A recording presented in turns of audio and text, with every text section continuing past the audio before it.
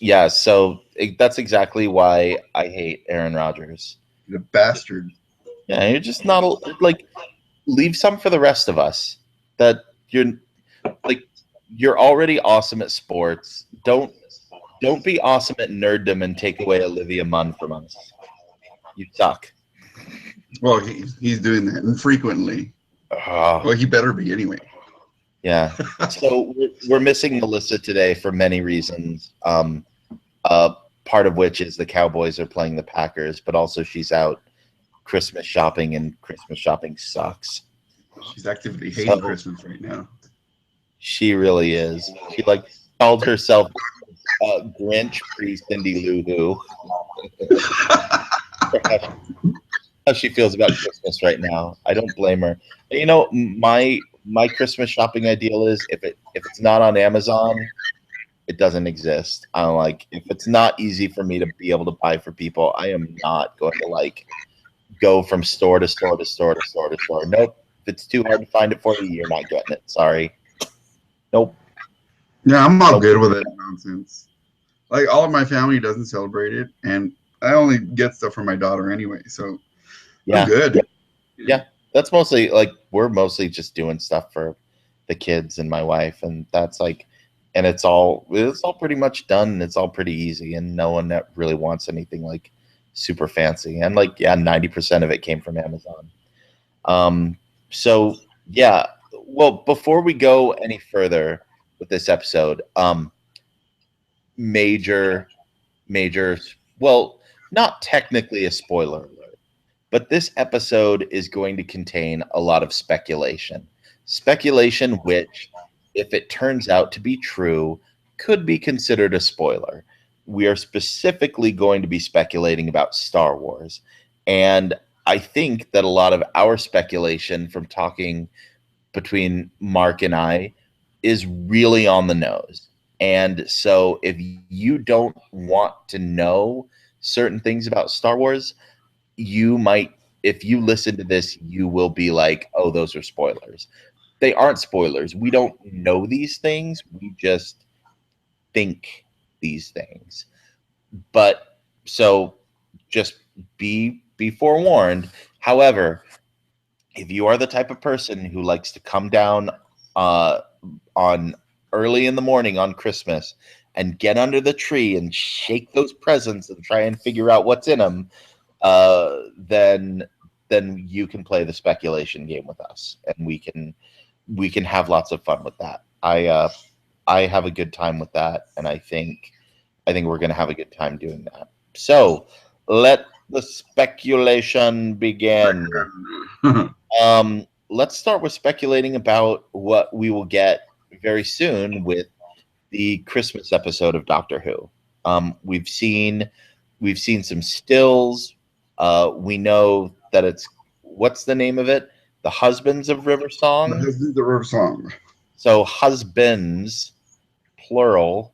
Um, so maybe she's uh I don't know. Is she reverse Mormon now? Like what's going on? It's in the future, so I don't think gender matters anymore. So I think Mormons have gone beyond just Jimmy. So now I guess female Mormons are allowed to have as many women as they want. But Hey, here's the thing. that's cool.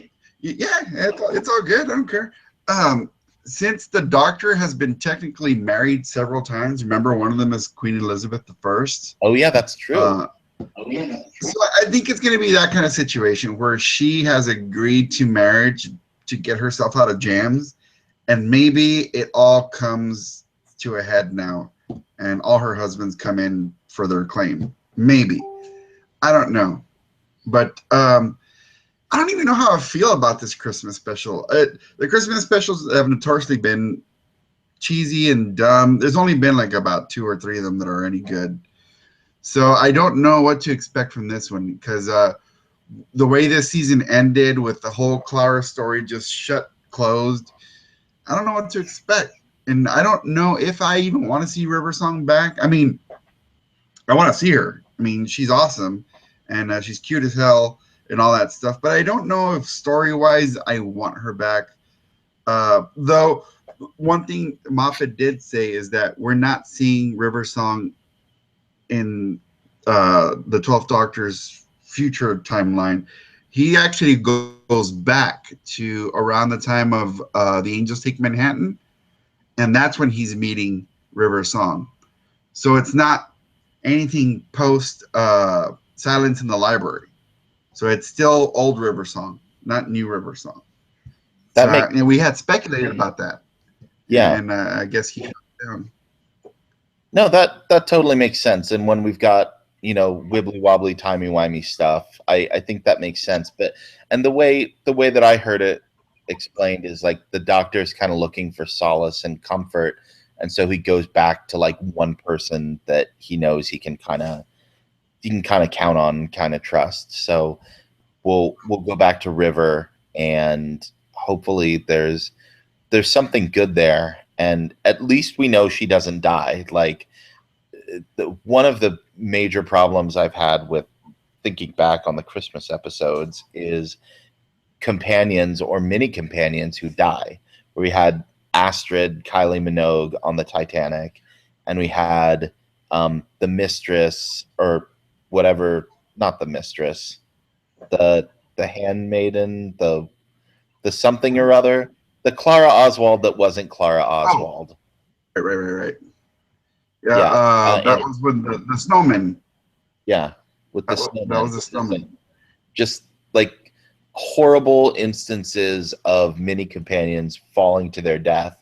At least we know River isn't going to die because she dies later. So Right. um, that's at least somewhat comforting. We're not going to have that. So who knows? I think it could be good. I think it's got to be better than last year's Christmas episode, which I had super high hopes for. Because like God, it sucked. Nick Frost as Santa Claus, that's going to be great, right? Nope, Right. nope. Yeah, you would think that this is going to be we're going to go back, we're going to get back on track, but no, not at all. It was boring and overly silly and kind of stupid. I'm My favorite Christmas special has been A Christmas Carol. I thought oh that yeah, was very well done. There's high caliber acting. It was great, and even with its faults, the Doctor, the Widow, and the Wardrobe was actually pretty cool too. There was a couple of things that weighed it down, but overall, I didn't think it was bad. I mean, it wasn't as good as A Christmas Carol, but I don't think it was bad. And then we went to the Snowman, which was pretty bad, and then the Time of the Doctor, which Jesus, that was just depressing. And then the Nick Frost Christmas didn't make things any better. So I'm hoping this at least turns it around. I think what they're going to focus on now is the Doctor trying to find his someone else because he's alone right now. yeah. And that's going to be a fresh new spin. You know, the whole trip about being alone for Christmas and all that. That's going to come into play. So I'm interested to see how this is going to turn out, and I'm hoping we get something good. And giant Christmas robots, hopefully, that look like Baymax or Iron Yeah, Man or yeah. something. The Hulkbuster. It looks like it looks like one of the Hulkbusters. It totally does. So like I don't know what's going on there, and like man, as much as of an homage as they did in the last episode to Return of the Jedi with the flying sonic screwdriver, if they're just like, oh yeah, we're totally ripping off Marvel and Big Hero 6 right here, like wouldn't surprise me. They're just like, yeah, we're doing it.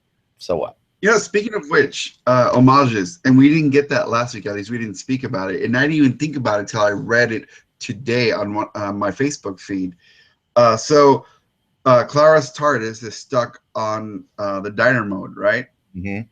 And what's her name? Me or Shilder is literally lives at the end of the universe, right? Oh my So the god. restaurant. I did as soon as I read it, I was like, "Oh, this is freaking brilliant! Why didn't I think of that?" That was a pretty good homage, and none of us got it. That was awesome. That's very subtle, but it's very good. I like Right, it. Yeah, definitely next universe. Oh, that's beautiful. No, yeah, that's good. I like that. That works yeah. for me. Well, yeah, I hope we get some stuff like that in the Christmas special. Some, a nice homage or two. Um, I don't know if I doubt that we're gonna see the new companion at the end or the middle or the beginning of the Christmas special. I don't think we're gonna see the new companion at all. No. But I hope we get a sneak peek into what's gonna happen in the next season, at least a little bit, because I'm real curious as to where they're gonna take the Doctor. Yeah, I think it'll be interesting, and I mean he's going to have to work through something. I think what I'm really looking for the most is we've never gotten to see Alex Kingston playing off Peter Capaldi. So Right. that'll be really interesting, is bringing those two together. And some of the photos that have leaked with like she's in the TARDIS and there's a sign on the door that says like carolers will be criticized or something like that. And I'm like, that sounds like a very like curmudgeonly holiday thing to do. It's like people come up and try and sing Good King Wenceslas and it's like, you're flat. You're flat. How long? Okay, here's the question: how long do you think it's going to take for her to realize that it's the Doctor? How long into the episode? I think she recognizes him immediately. I don't think so. I Really? don't think. I don't. I think it's probably going to be like halfway to the episode where it's going to hit her that, oh, this is the Doctor. I don't think she's going to recognize him at all at first, and I think it's going to take her some time. Huh. That's I going to be interesting, seeing how they play off of each other, and how long the Doctor can hide who he is from her. be interesting. I mean, as many times as they've met before and they've had to like sync up their time travelers' diaries, like I would have assumed that there would have been previous points where she has met him in the 12th Doctor incarnation. And so she would have like a sketch of him or something. And so she'd know that, like, yeah, this guy's going to eventually show up or something. So I don't know. That's going to be real interesting So, because she knew who the 10th Doctor was, because I mean she was with the 11th Doctor for so long. That's when she made the connection and got married or whatever. But this version of the Doctor is literally billions of years old. He's aged so much that I don't think she would recognize his personality, because I think that's how she goes off of. I think that's what she uses to find out who the Doctor is. She bases herself on personality, I guess. But he's just so different. He's so different now. So yeah, I think it's going to take her a while to recognize who he is, and I think he's going to be playing this game for a while, because that's what Peter Capaldi is, or his version of the Doctor. He plays games. that is true. Now, here's a piece of speculation we can answer right now. Are you going to go see this in a theater? No, all my theater money is going to Star Wars. Same I here. am gonna watch the hell out of Star Wars. So, Yep. as much as I'd like to, my theater money is gonna go to Lucasfilm and Disney. Yep. Nice try, BBC. Nope. No, it's not gonna happen. It's not gonna happen. Yeah, same with Sherlock. Not happening. Watching Nice it at try. home. Next year, maybe. Next year. But nope. Yeah, talk about bad timing. Jesus. So let's talk about next season and what might happen. I think the obvious question is who's going to be the new companion. Obviously, we don't know. No one's even been like, oh, there's a list of people or whatever. But I think one of the major questions is the possibility of having a male companion versus a female companion, or kind of what that female companion would be like. Moffat has said he's open to the idea of either, but Capaldi kind of shut this down and said, no male companions.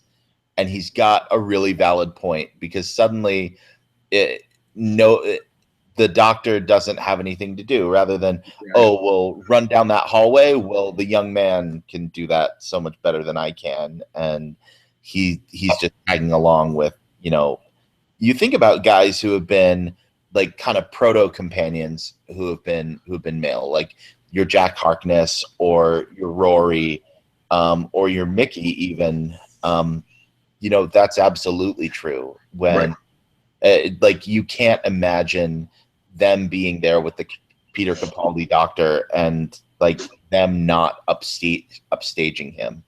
So I think that's probably pretty slim, especially when Capaldi's like, no, I don't like the idea. Then the only other idea would be to have someone who's older, like Donna's Donna's dad Grandfather. or grandfather, yeah. Well, yeah. But then it becomes grumpy old men in space, Which would be kind of funny. which would be kind of funny. Yeah. I'd like that. Yeah.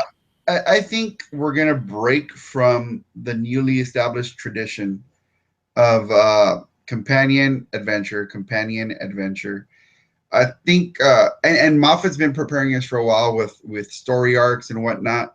With the return of Gallifrey and the Council and the Sisters of Karn, and with Scaros coming back, I think we're going to see a lot more of long-term narrative, like in the days of Old Who. I've mentioned this before. The Doctor has been on trial before, so like 34 times with different doctors. And there's been stories about that, what lands him in trouble with the Gallifreyan Council and how he's quote unquote arrested and put on trial. I think we're going to have more of that. I think Moffat is starting to blend a lot more of the Old Who tradition with New Who. And I honestly think it's a course correction. Because if you see, since Moffat took over, Doctor Who has gotten so much better. It was great under Davies, but when Moffat took over, it became so much better because it wasn't this poppy romance sci-fi type of thing. There was a lot more story involved, better narrative arcs that were involved, and I really think that Moffat's main thing to do was to bring back Old Who and start mixing up elements and tying them up together. And I think that's what we might see next year. I think we're going to see a companion, but not immediately. And there's going to be issues that the Doctor's going to be dealing with in Gallifrey. So I hope we get to see a lot more of Gallifrey and the Council and how Gallifrey works and what kind of zany, weird adventures he gets into away from Earth.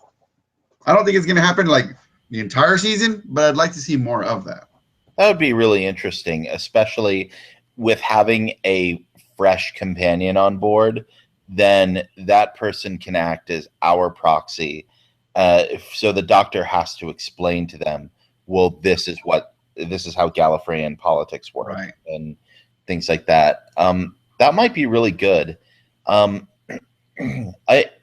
guess the question is like, if you had to choose a mold for a previous companion, like what type of person would it be?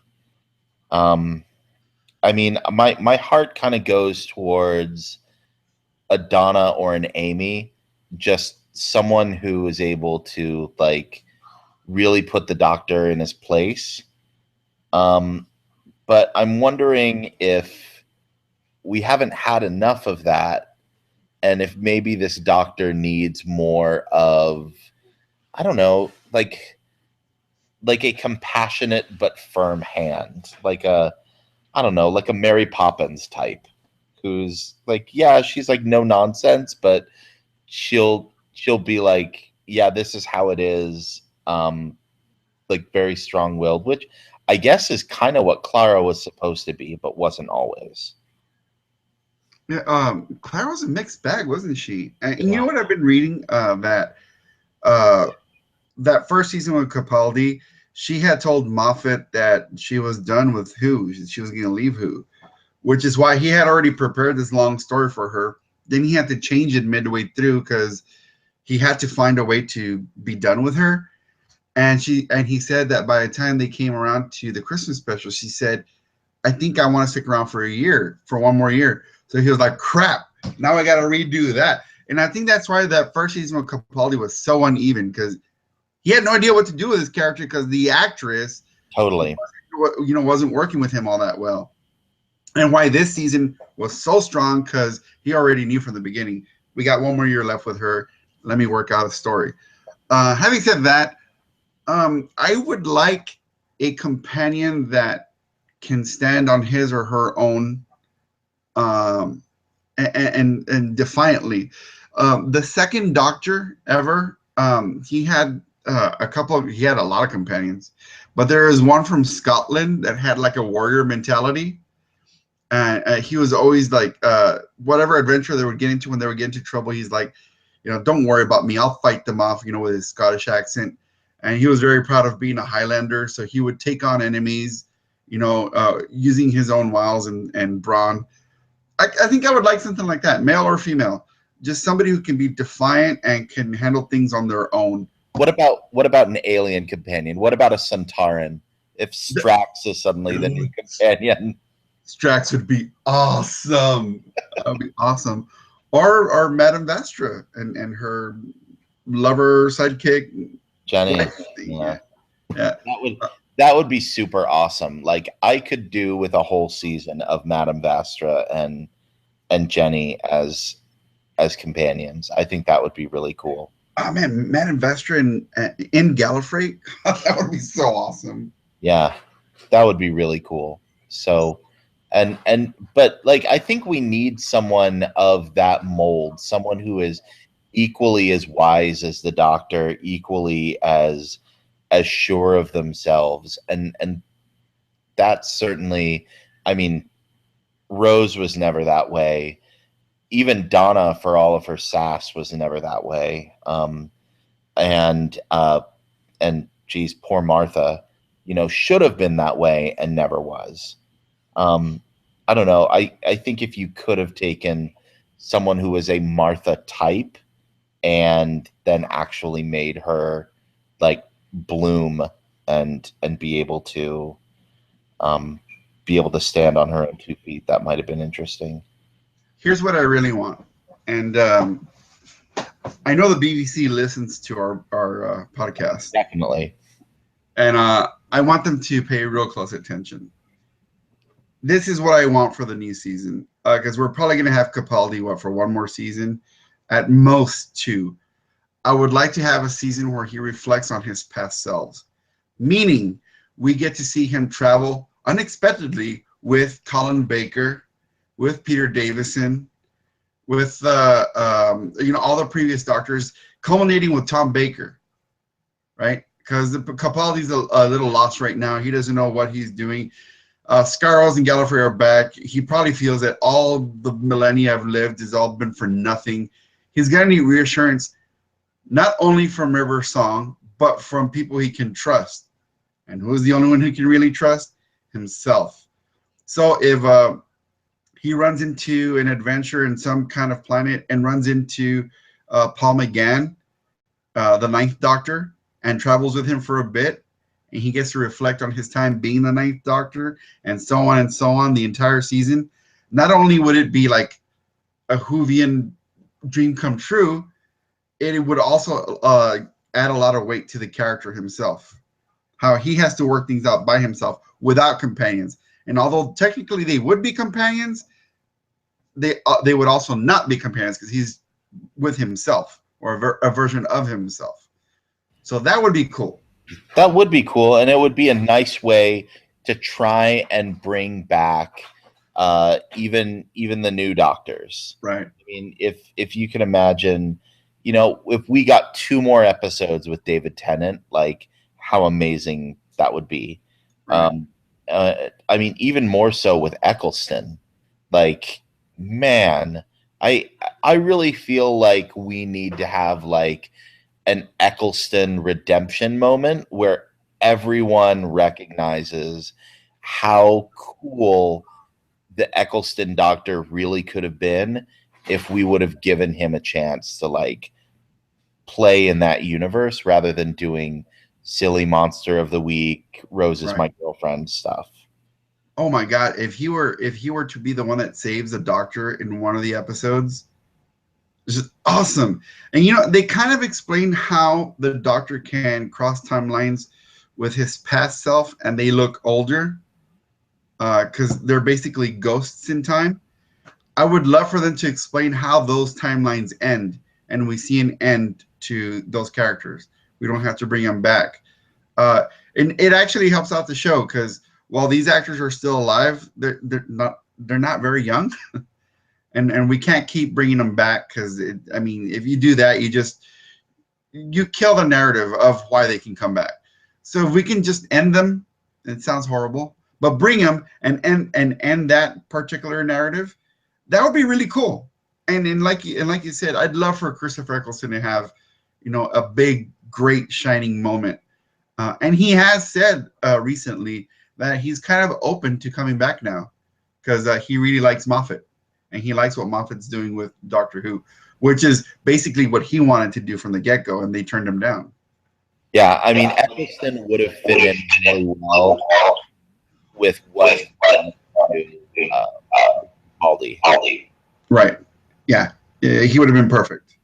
Yeah. But So that would just be super awesome, and I can't imagine like something better than that. Like an entire season arc dealing with death and or maybe not death, but like the end, regenerative sort of things. Like here's the Doctor who has lived longer than any of them, and now he gets to go back and deal with each of their ends, as it were, and spend some time with each of them, and then that ends the Capaldi era, and right. then like that would be so amazingly cool. Like Right. I can't imagine that we would get something that cool, but maybe I don't know, maybe Moffat is just that awesome. So I I don't know if we're gonna get that, but I really hope we do. Because you could also introduce old characters like the Rani and the Velyard, bring them back and have the Doctor face them off again. And when he's at a point where he doesn't know what to do anymore because he's already defeated them, but they're all back, everybody's back, and he's wasted all these, millions of years or whatever. These Doctors can help reinforce him and help him find his way again and defeat these people one more time. It would really work. We're just speculating. It would be awesome if they go that route, but I don't know if they will. But Moffat, I know you're hearing us. Do it, buddy. I believe in you. yeah, the one thing that really has me excited is, we constantly bring up this whole issue of Doctor Who and feminism and that debate going back and forth. You notice this season we have had more women writers, we have had more women directors, and you don't hear as many of those complaints. I think a lot of those inherent biases just kind of disappear when you start having uh, not equality, but more of an equity behind the scenes too. And when you have more female voices in the writers' room and behind the director's chair, behind the lens, then stories get told a little bit differently. I I don't 100% share Melissa's idea that Moffat is bad at writing women. I think he has some problematic characters, and I think he has some that are great. Um, but I think overall he's trying to do a good job. But um, he's he's also an old guy working in a system that has always been about men. He, So but I completely disagree with the charge that he doesn't write well for women. If you go back all the way back to his days as the showrunner and writer of Coupling. mhm, He's got a great voice for women. And if you look at Doctor Who overall, there are so many lead female characters. Uh, Davies did some of this too, but since Moffat came over, there have been so many female actors put in prominent roles that that charge that's levied against him just It doesn't work. It doesn't. Now, if they go with this idea of bringing back all the old doctors, having him work out his spiel and all that, and we end the season and they explain how they're not coming back, and Peter Capaldi regenerates into Haley Atwell or something, it would be symbolic, like bringing back all the old doctors as a way of saying this way of doing things is now dead. We're starting new, and then we have a female doctor. That would be really cool. I mean, it would be Really fucking a season-long statement would be really awesome. Yeah. I think this whole idea that Doctor Who can be anyone and that anyone can step into that iconic role is really awesome, and I'm glad that that is open to literally anyone, and that they, I mean, obviously I would love it for it to be Haley Atwell, um, but it could be any number of people, and if we had another male doctor, I would be okay with that as long as it's like, oh, it's a good actor. Like there were a lot of people who were upset that Capaldi got it instead of a woman. I'm I'm loving Capaldi, and I think that this season has been the best season of New Who. Yeah, I think, I'm with you. I'm with you. Um, I didn't want a female doctor because it didn't fit the narrative. And I'll defend that stance forever because it wasn't part of the narrative. But Moffat ended that debate with the finale, and you know what? That's cool. I'm with it now because now it makes sense. It was never shown or mentioned before, but now we have it's canon. It's part of the whole Doctor Who thing. So I'm cool with it now, man. Bring Haley Atwell. I think it would especially be cool if they didn't immediately, if they had female doctor and female companion for a while. And I think that would also erase some of the charges that, you know, it's sexist to have the companion be like a secondary character. That it like if there is continuity between whoever this new companion is and a next season with a hypothetical season 11 with a female doctor, the same way Clara bridged the gap between Smith and Capaldi, et cetera, et cetera. Um, I think that would be really cool. And I don't know. I look forward to whatever it is that they're going to bring to us. Um, but let's stop speculating about stuff that we know absolutely nothing about, and let's start speculating about something we kind of think we know stuff about. Some stuff about it, yeah. Some stuff about. Oh my gosh, Star Wars, Star Wars, Star Wars, Star Wars. Um, the secrecy around this is ridiculous.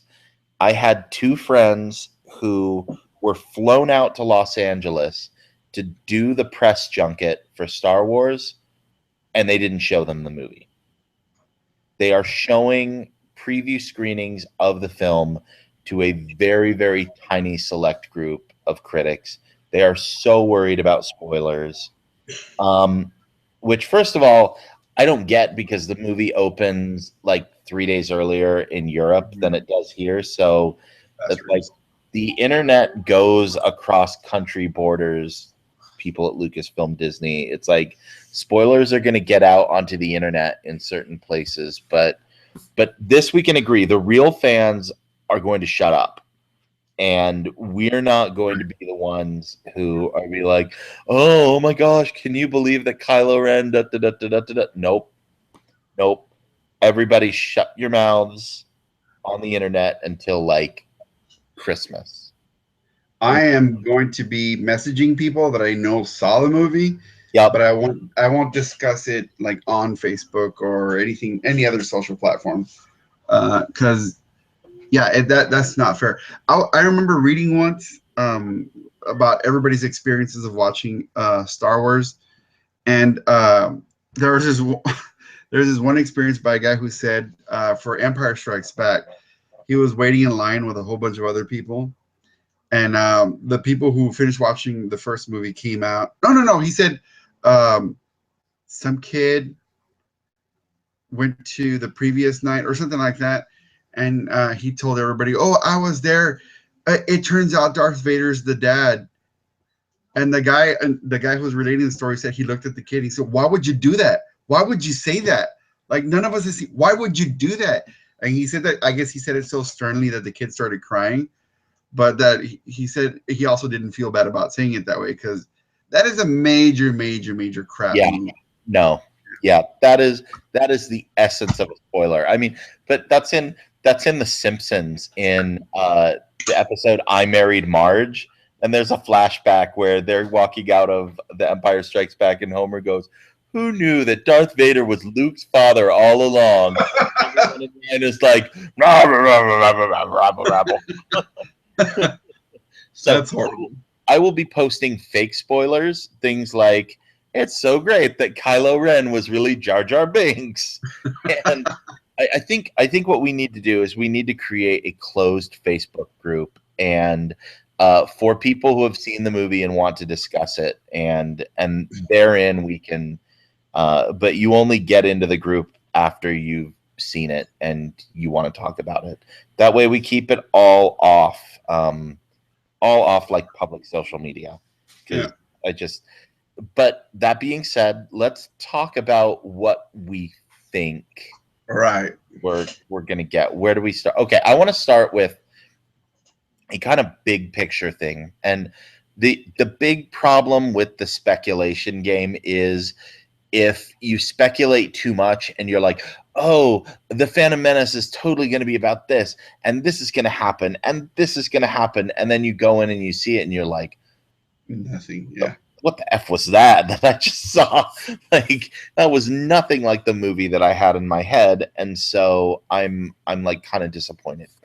I think the lens that we need to view Star Wars through is a lens that is very Lucas-esque and a lens that is very J.J. Abrams-esque.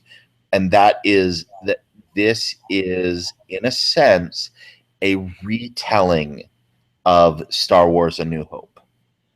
And that, I no? okay. Well, here's the thing. Both Adam Driver Uh-huh. and Luke Skywalker, Mark Hamill have tweeted, "Temper your expectations." Not in a way saying that this isn't as good as we thought, but they're saying don't go in it with high expectations with a vision in your mind. I think they're trying to warn us.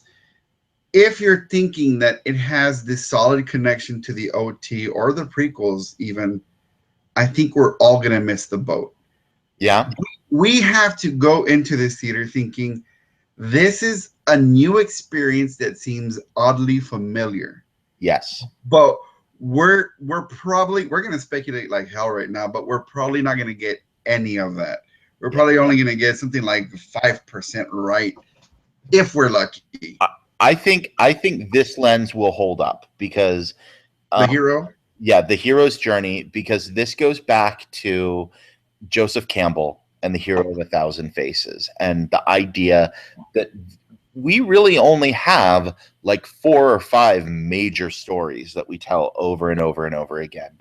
And this is the hero's journey. And you have a hero who is of humble origins and gets called on a grand quest and fulfills his or her destiny. And in my mind, in Star Wars, Mark Hamill, Luke Skywalker was that hero. Mm-hmm. In The Phantom Menace, Anakin was that hero. Right. And that works through that lens. And I think if people had gone into Phantom Menace thinking that, that movie might have made a little bit more sense to them. In this movie, I think it is Rey, Daisy Ridley, and Finn, John Boyega, that are the 2 heroes that are being called on a journey. What about Poe Dameron? Poe Dameron is the Han Solo of this movie.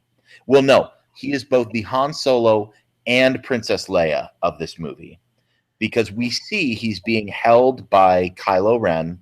He's being tortured. I think part of what they have to do on their hero's journey is, okay, I'm going to throw out a script outline of what I think is going to happen. Finn is an ex-stormtrooper who has seen too much. He's decided he's going to defect from the Empire. He crash lands on Jakku and has information. Both he and BB-8 have information vital to the survival of the new rebellion that they need to get back to the main folks, and they have to go rescue Poe Dameron. So they escape from Jakku, the two of them together, with the help of Han Solo and Chewbacca, who play the part then of the Obi-Wan Kenobi / Qui-Gon Jinn of this movie, the mysterious old man who shows up and tells the heroes about their destiny. And we see in the trailers, Han Solo's like, it's true, all of it. He's the one telling them what's going on. They rescue Poe Dameron, they get back, there's an epic space battle, and that's it. And this is why we're not seeing very much of Mark Hamill in this movie, is because Luke Skywalker is Yoda. Luke Skywalker is Sir not appearing in this film. We're going to get little glimpses of him here and there. He's going to show up at the end, and then he's going to be the Jedi Master that teaches Rey and Finn how to reach their full potential. That is what I think is kind of going on here. And therefore, which is why I put even money on the fact that I think Han Solo or Chewie are dead by the end of this movie. Okay. But here's the thing. Where does Max von Sydow's character come in? He's the Emperor. And no, the Emperor's dead.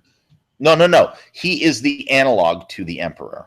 Oh, okay. And as is Andy Serkis? And as is Andy. Actually, Andy Serkis is more of the Emperor. Max von Sydow is more of like Grand Moff Tarkin or Dooku, or he's also another villain baddie who is kind of waiting in the wings, but they're not the main ones. Kylo Ren is Vader.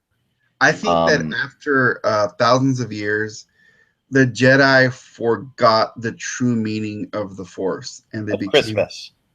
Of Christmas. Force, I think they forgot the true meaning of the Force and settled on a philosophy that was way too rigid.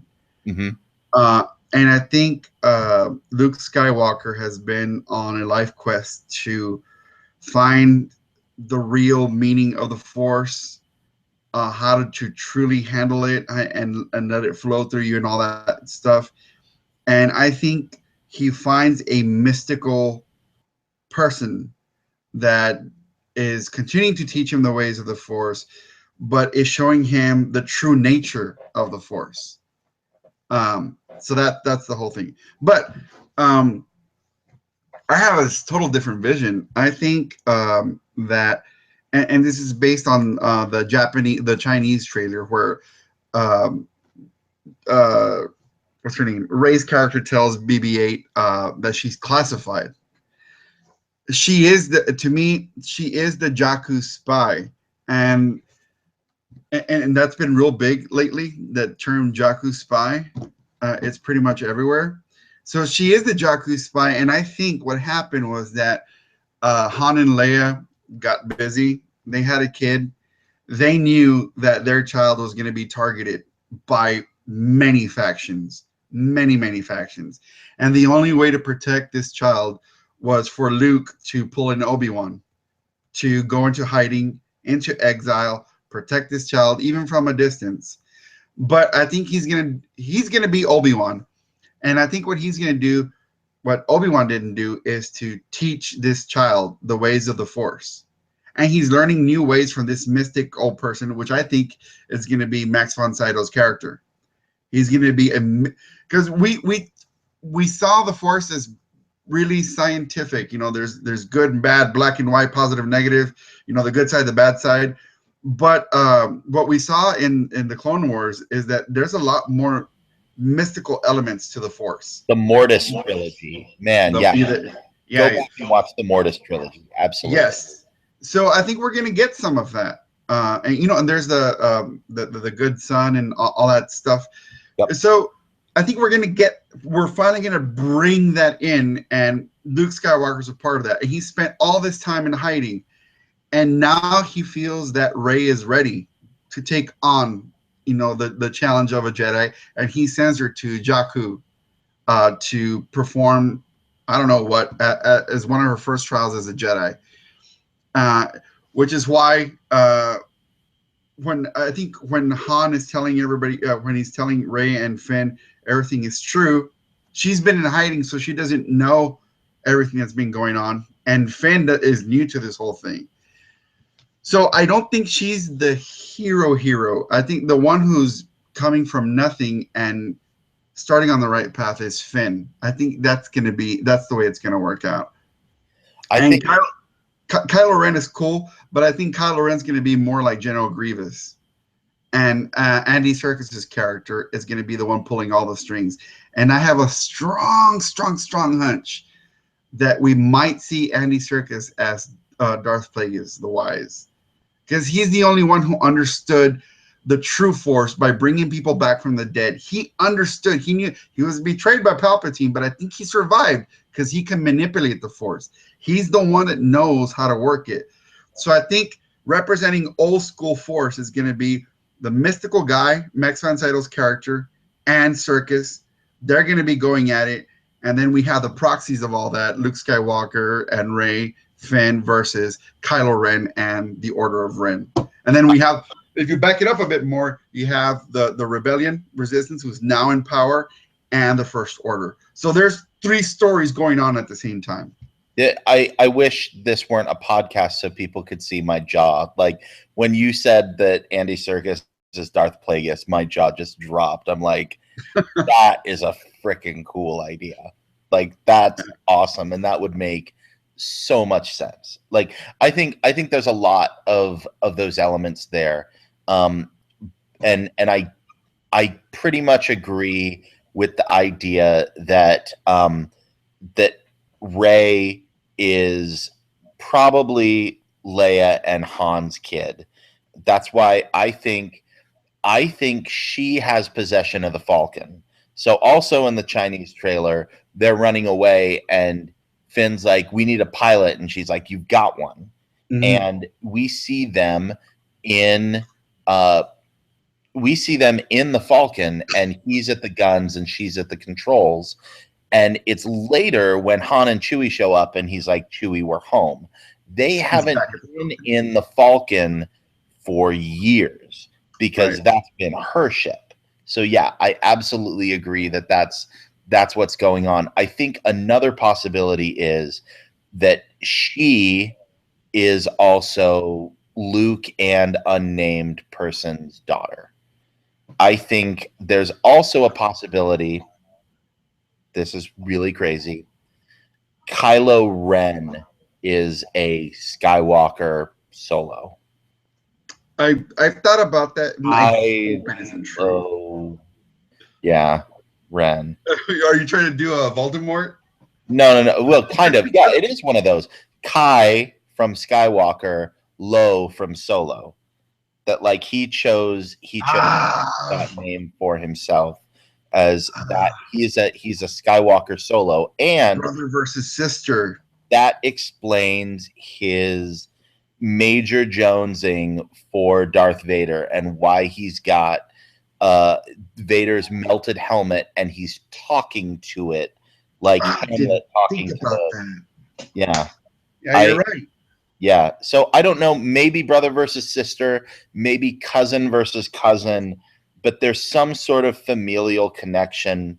And I actually think that's why Luke is in hiding, is that he totally effed up young Kylo's training. Okay. And he went rogue and killed the rest of the Jedi. And I'm willing to go with that. And like, oh my gosh, what have I done? And this goes back to the original trilogy and the idea that this is a really crazy statement, But if Luke hadn't gone to Cloud City and had stayed on Dagobah, things would not have turned out much differently for his friends. Han still would have gotten taken away by Boba Fett. Lando still would have succeeded, and Leia, and they would have gotten away from Vader. There is an argument to be made that actually R2 needed to be there to fix the hyperdrive on the Falcon. But that isn't to say that Lando couldn't have figured out what the problem was and could have also fixed it and gotten them out of there. Or they could have gone on a different ship. Or they could have done something else. Right. I think there is a strong possibility, but like Luke didn't do anything. He sprung the trap and he fell into it. He got his hand cut off and actually endangered them more because they had to go back and get him. And so if Luke hadn't gone to Cloud City, everything would have turned out exactly as it would have without his intervention. And so I think the lesson that he has learned is that it is often the wise choice. It is the Yoda-esque choice. When things get really bad and the dark side starts flaring, you actually go into exile and you build your power up to try and figure out your way out of this rather than rush off and join a fight. Okay. Now the question is, when do we think Luke will appear? Because he appears. He's in the movie. Oh, yeah, he's in the movie. We can't turn away from that. When do we think? I think because the Chinese trailer shows the Falcon going down. Mm-hmm. And this is where Kylo Ren is there. And he puts the lightsaber to Rey's neck. And then we see Finn go into action. I think we will see Luke make an appearance there. He comes in to save the day, faces off against Kylo Ren and the Order of Ren.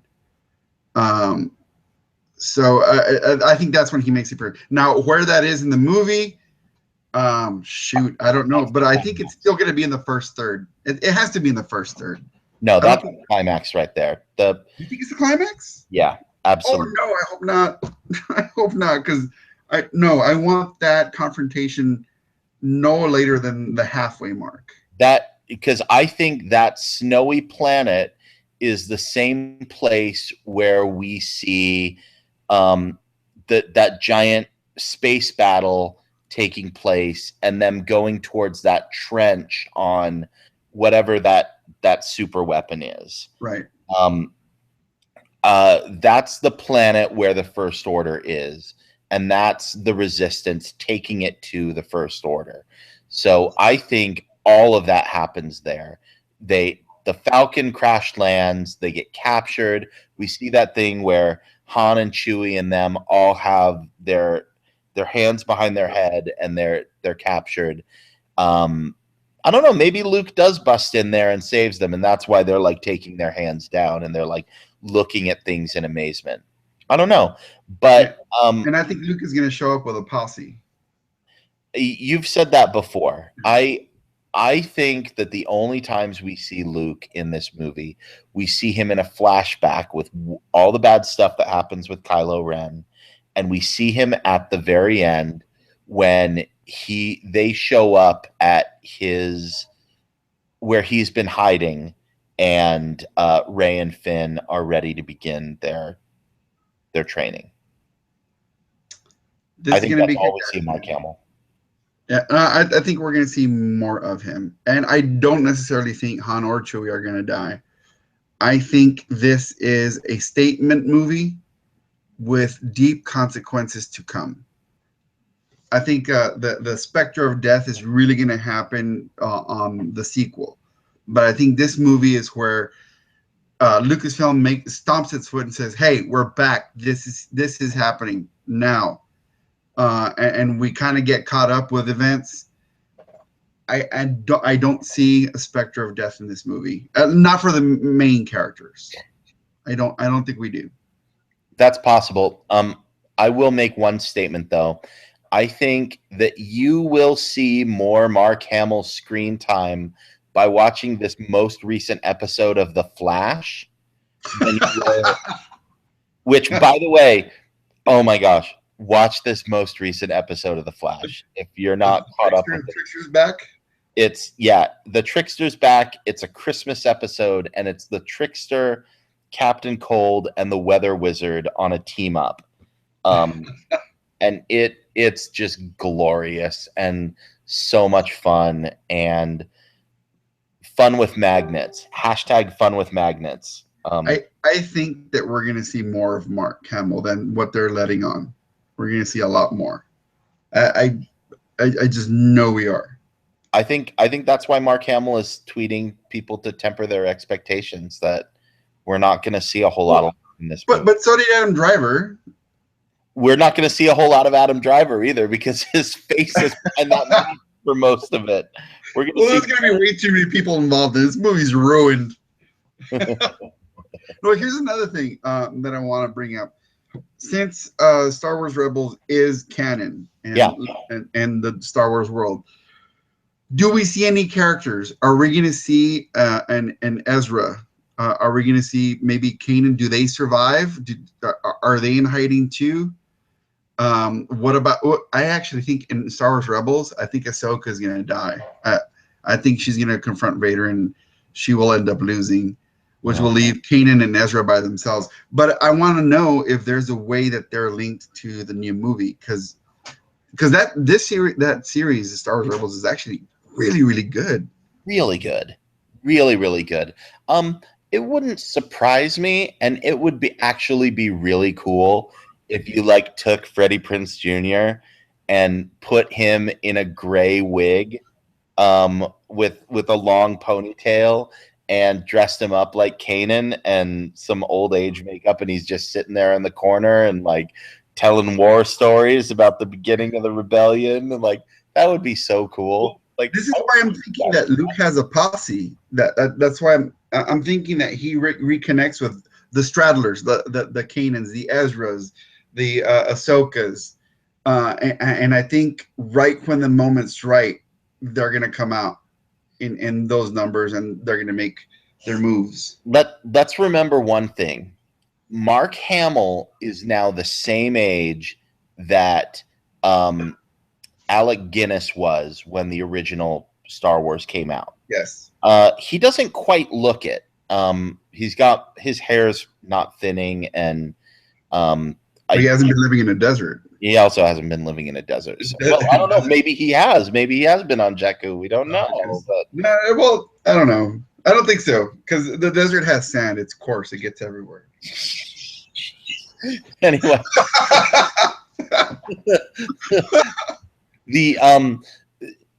Going back to that, he is an old man, and Kanan is about 15 years older than he is. So at this point, like Kanan would be what, like 75, almost 80, if Max Van Sydow's character. Yeah, maybe. Well, maybe. And Ezra would be about the same age as Luke. Well, Ezra was born the same day as Luke and Leia, right? Because he was born on Empire Day, and that was the day that Luke and Leia were born. So, yeah. So he would be the same age. I mean, that's possible. I would hope that if Luke's got a posse, maybe they're a little bit less old. Although, but you look at the old Jedi Council, it's like Ki-Adi-Mundi was like not young. Right. Yeah. So, but yeah, so I don't know. I think that it would be a really cool way to get them in there. What I think is more probable is that you will see those characters show up in Rogue One in the next movie, because that is set at approximately the same time period. I agree. Yeah.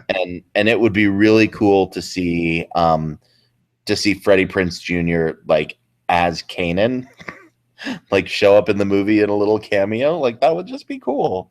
That would be. Yeah, I don't know. I would love that. I think that would be super awesome. But yeah, I don't know. It's an open world, and this is the first of dozens of Star Wars movies that we're gonna get. So 4 more anxiety-filled days left.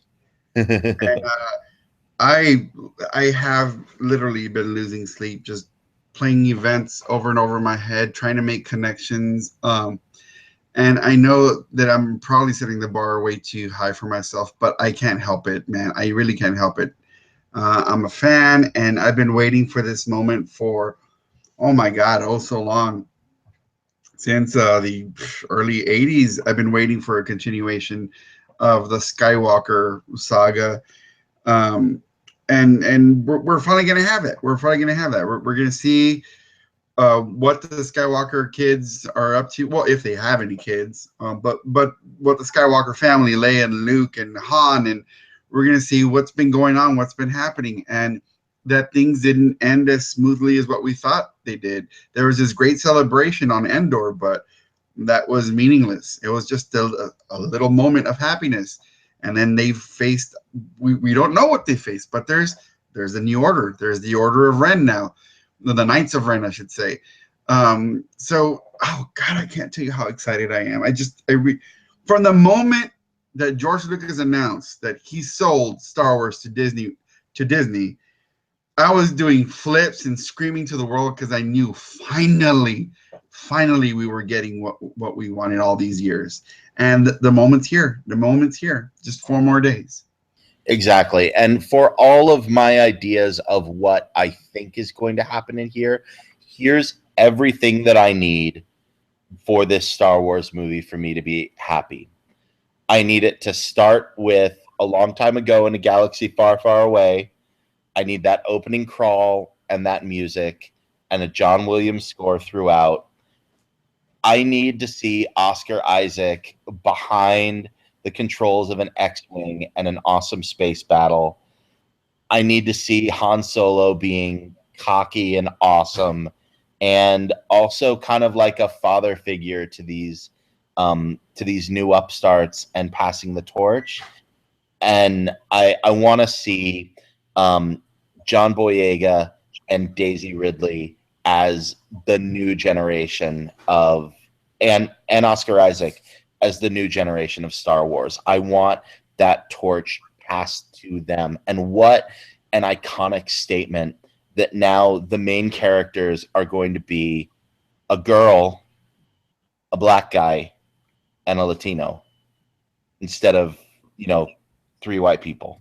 Right. That's pretty damn awesome. Yeah. I like it. I want all that and lens flares. And lens flares. And we're gonna get it. Yeah. I want all that, and I wanted to see the original cast back. I don't care how old they are, and I know they're going to continue to be involved because for the sequel's already shooting, and Mark Hamill has been in Ireland for like a month and a half filming, so he's still going to be involved, at least him, but I think everybody else will be too. I what a beautiful time it is to be a nerd. Everything that we imagined when we're all okay.